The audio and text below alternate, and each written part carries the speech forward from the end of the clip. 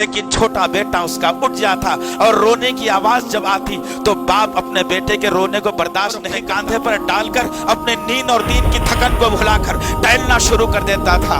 और वो माँ जो दिन तमाम तुम्हारी खिदमत करके सोने की कोशिश करती थी, बाप ने शिकायत नहीं की। और जब तुम ताकतवर हो गए, जवानी आ गई, हड्डियां मजबूत हो गई, जब जवान हुए, बड़े हुए, तो बूढ़े माँ बाप तुम्हें अच्छे नहीं लगने लगे।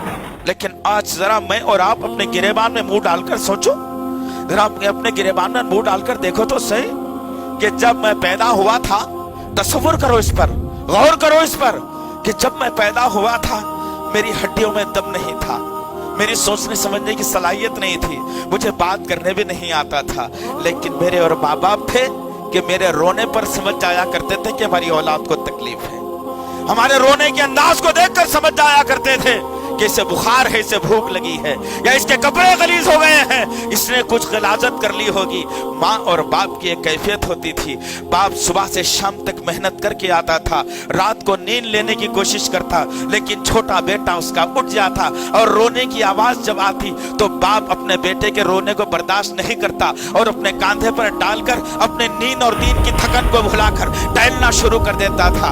और वो माँ जो दिन तमाम तुम्हारी खिदमत करके सोने की कोशिश करती थी, लेकिन तुम जब रोते तो अपनी छाती को खोलकर वो अपने बेटे को दूध पिलाने के लिए तैयार हो जाती थी। कभी माँ ने इस बात का इजहार नहीं किया, अरे बेटे क्या सता रहे हो तुम, सारा दिन तो सता लिया, रात को तो सोने दो। माँ ने कभी तुमसे शिकायत नहीं की, तुम्हारे कपड़े बदलने पर शिकायत नहीं की, तुम्हारी गिलाजत साफ करने पर शिकायत नहीं की, तुम्हारा पाखाना साफ करने पर शिकायत नहीं की। अरे हद तो यह हो जाती थी कि सर्दियों का मौसम होता, तुमको गर्म तुम्हारी माँ सुला देती और खुद एक तरफ सो जाती। तुम बचपने में होते, तुम पेशाब पाखाना कर लेते, तुम्हारा बिस्तर कच्चा हो जाता, और जब कच्चा हो जाता तुम रोना शुरू कर देते। जैसे ही तुम रोना शुरू करते माँ नींद खोलती और माँ का हाथ सबसे पहले तुम्हारी शर्मगाह की तरफ जाता, तुम्हारे बिस्तर की तरफ जाता।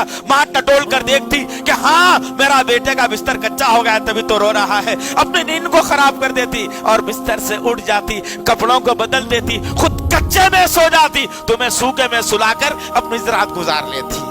जरा सोचो, अगर तुमको तुम्हारे सताने पर, रोज के रोने पर, रोज के जो है ना नींद को खराब करने पर अगर तुम्हारी माँ चाहती तो एक टेंटवा तुम्हारा ऐसे दबा दी, एक हिचकी में तुम्हारी जान निकल जाती, ना तुम दुनिया देख सकते, ना दुनिया को समझ सकते, ना दुनिया की नेमतों से सरफराज हो सकते थे। वो माँ और बाप तकलीफों को झेल कर तुम्हारे लिए अपनी मुसीबतों को अपने सर पर लेकर कभी बाप तंग नजरी का मुजाहरा नहीं किया, कभी भावों में गिराह नहीं डाली, कभी माँ ने ये शिकायत नहीं की हाँ मेरा बच्चा बहुत ज्यादा सता रहा है, मैं बेजार आ गई इससे। कभी माँ और बाप ने शिकायत नहीं की। और जब तुम ताकतवर हो गए, जवानी आ गई, हड्डियां मजबूत हो गई, सोचने समझने के काबिल हो गए, कुछ पढ़ लिख लिया, अच्छी बुरी बातें मालूम हो गई, कुछ लोगों के दरमियान में बैठना उठना सिखा दिया माँ बाप ने, और तुम ये मजबूत हड्डियां लेकर, जब तुम्हारी हड्डियां कमजोर थी तो तुम्हारे माँ बाप की हड्डियां बड़ी ताकतवर थी।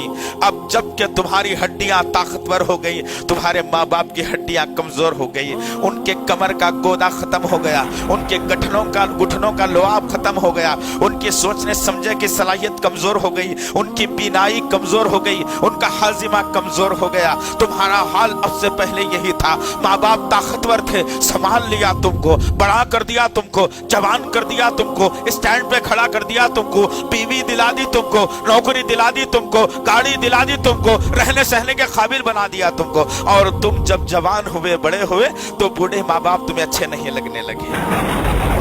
माँ को देखकर बेटा दिल में सोचता है कि हाय अब माँ नजर आ गई, कहाँ जाने से रोकती है पता नहीं, हाय हाय बाप नजर आ गया, अब क्या मांग लेगा मेरे जेब से पता नहीं। हालात तो ये बना दिए मैंने और आपने आज, जबकि मेरे और आपके आका मोहम्मद सल्लल्लाहु अलैहि वसल्लम ने लोगों को दूसरी नसीहत इसी बात पर की कि अपने माँ बाप की फर्मा बरदारी करना, बाप जन्नत का दरवाजा है, माँ के कदमों के नीचे जन्नत है। रब्बिश्रह ली सदरी वयस्सिर ली अमरी वहलुल उक़दतम मिन लिसानी यफ़क़हू क़ौली।